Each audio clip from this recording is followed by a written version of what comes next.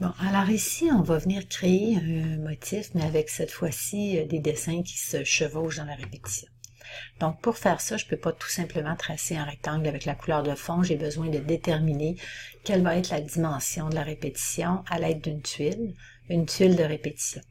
Donc, une tuile de répétition, c'est un rectangle qui est tracé avec l'outil rectangle. Ça doit être un rectangle qui a ni couleur de remplissage, ni couleur contour, et ça doit être aussi un élément qui est placé en dessous de tout ce qui compose ma répétition, couleur de fond et tous les motifs qui sont sur le dessus. Donc, mon rectangle est tracé. Je vais changer ici la dimension de mon rectangle pour avoir quelque chose qui a un peu moins de décimales. Donc, je vais mettre ici 1,5 par 1 cm. OK. Donc, mon rectangle a 1,5 en largeur, 1 cm en hauteur. Je vais maintenant mettre la couleur de fond. Donc, évidemment, je n'applique pas la couleur de fond à ma tuile. Je vais faire CTRL-C, CTRL-F.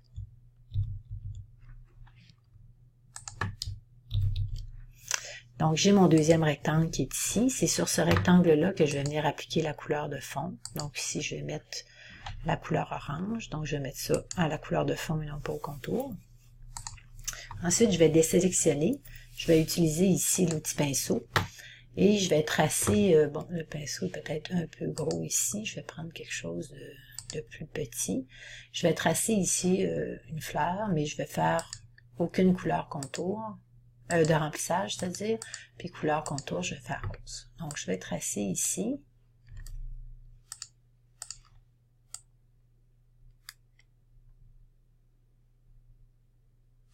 Disons une fleur un peu... Bon. Et je voudrais avoir une deuxième fleur, mais qui va cette fois-ci déborder de mon cadre. Donc, je vais tracer ici une deuxième fleur. Comme ça. Donc, cette fleur-là, elle dépasse sur le côté droit, puis elle dépasse en bas aussi. Ça veut dire que si je veux bien reconstituer mon motif, il faut que cette fleur-là vienne se recomposer avec la portion qui dépasse ici, et qu'elle vienne se recomposer aussi en ajoutant la portion qui dépasse du côté droit. Ce que je vais faire, c'est que je vais copier cette fleur-là, CTRL-C, CTRL-F, donc j'ai maintenant deux fleurs superposées. Je vais déplacer cette fleur-là pour qu'elle vienne se positionner exactement au bon endroit de l'autre côté. Et le bon endroit, c'est la largeur ici de ma tuile. Donc, ce que je vais faire, c'est en Y, qui est la position de ma fleur ici. Donc, ma fleur est positionnée.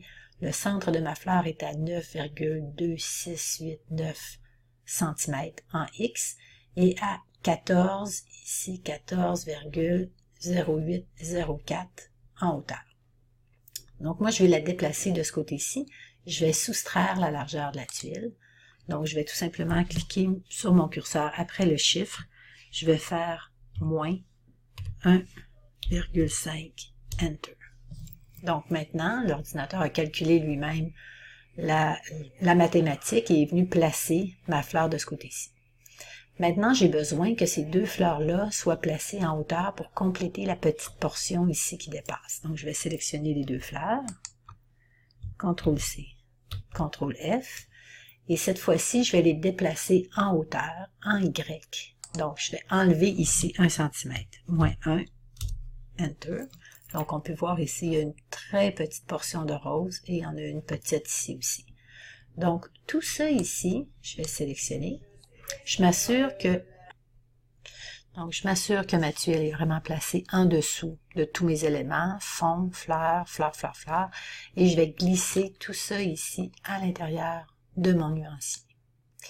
Ce qui va me permettre en fait de délimiter comment va s'organiser le rectangle de ma répétition, c'est vraiment la tuile. Donc, quand je vais appliquer ça sur mon devant, l'ordinateur va dupliquer ici les éléments pour les placer côte à côte et ça va recomposer par le fait même le motif de la fleur ici. Donc, si je sélectionne ici et que je fais un clic, couleur de remplissage, donc je peux voir ici que mes motifs se recomposent parfaitement avec un raccord qui est parfait.